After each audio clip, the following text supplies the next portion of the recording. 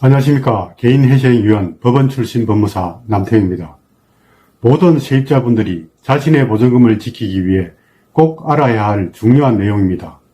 오늘 영상의 주제는 바로 내 보증금을 과연 어떻게 해야 안전하게 지켜낼 수 있는지 대법원 판례를 중심으로 설명드리겠습니다. 나는 전입신고했으니까 괜찮아 라고 생각하고 계셨다면 이 영상 끝까지 보시기 바랍니다. 보증금을 못 돌려받는 아주 흔한 실수, 지금부터 낱낱이 파헤쳐 드리겠습니다. 먼저 임차인의 우선 변제권이란 간단히 말해서 집주인이 은행 대출을 못 갚아 집이 경매로 넘어가도 세입자인 내가 우선적으로 보증금을 돌려받을 수 있는 권리라는 뜻이죠. 그렇다면 이 권리는 어떻게 얻을 수 있을까요? 주택임대차보호법은 이렇게 말합니다. 임차인이 집에 실제로 거주하고 전입신고를 완료해야 한다.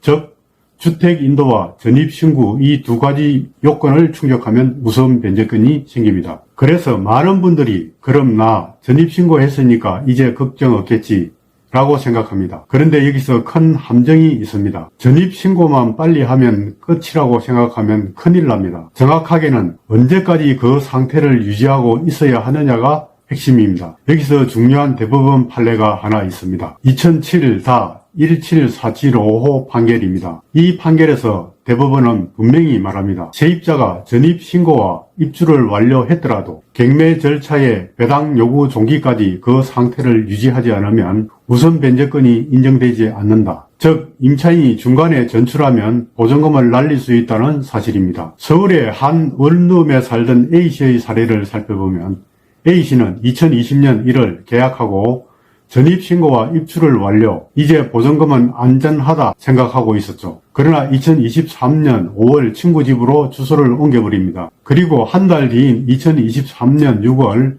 집주인이 대출을 못 갚아 경매로 넘어갑니다. A씨는 부랴부랴 권리신고 및 배당 요구서를 제출하였으나 법원은 우선 변제권을 인정하지 않았습니다. 대법원이 우선 변제권을 인정하지 않은 이유는 공시성 때문이라고 하였습니다. 경매에 참여하는 사람들은 누가 이 집에 살고 있는지 정확히 알 수 있어야 하고 전입신고는 외부에 공시되는 수단입니다. 그런데 중간에 전출했다면 이 집에 임차인이 살고 있지 않아 보증금 보호를 받을 임차인이 없는 것으로 판단합니다. 이러한 상태에서 임차인이 우선 변제권을 주장하면 많은 혼란이 생기게 됩니다. 대법원 판례는 전입신고의 요건은 처음에 요건을 갖췄는지가 아니라 경매 절차에서 배당 요구 종기까지 유지해야 한다고 판단하였습니다. 따라서 임차인이 배당 요구 종기 전에 전출하면 우선 변제권을 인정받을 수 없으므로 주의하셔야 합니다. 그리고 또 주의해야 할 사항으로 배당 요구 종기 후에 전출하면 내 보증금 문제 없을 거라고 생각할 수 있지만 진행 중인 경매 사건이 취하되고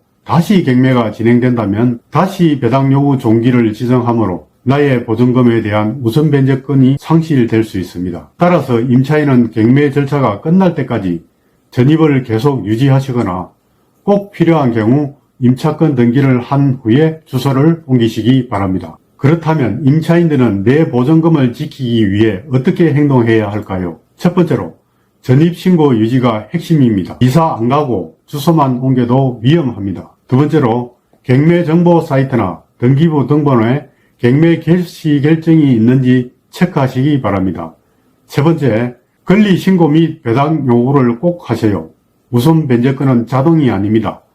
반드시 배당 요구 종기 이내에 배당 요구서를 법원에 제출해야 합니다. 여러분, 오늘 이야기 기억하세요. 전입신고했다가 중요한 게 아니라 언제까지 유지했는지가 더 중요합니다. 임차인도 법을 잘 알면 내 보증금 안전하게 지킬 수 있습니다. 오늘 영상이 도움이 되셨다면 구독과 좋아요 부탁드립니다. 감사합니다.